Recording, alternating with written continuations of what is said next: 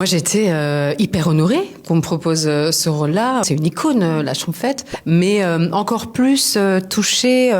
par celle qu'elle est devenue, par le personnage que j'allais devoir défendre, qui est vraiment pour moi une énorme évolution par rapport à la Schtroumpfette qu'on a pu connaître à mon époque ou même avant. L'image de cette femme forte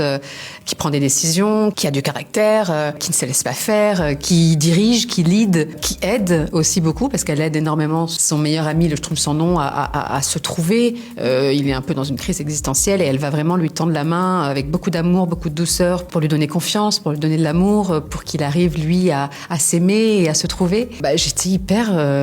émue de me dire que j'allais incarner ce genre de valeurs à l'écran pour les enfants. En fait, on est tellement immergé qu'on essaye de se mettre dans un ensemble et de pas louper les trains parce que ça, là il y a un petit bout, et là il y a un petit bout, et là attention parce qu'il y a 8 personnes, il y a 8 Schtroumpfs qui parlent, donc ta voix va être très noyée parce que c'est une espèce de réunion où ils sont tous, et là il faut que tu chantes, et là il faut que tu dévales une colline en hurlant parce que tu fais des tours sur toi-même et tu finis les 4 fers en l'air. Je savais que c'était un méchant. Et donc moi ça me plaisait de faire un rôle de méchant dans les aigus et dans le sarcastique. Donc comme je suis le frère de Gargamel, j'ai pu m'inspirer un peu du personnage de Gargamel, mais je pense que je suis encore plus méchant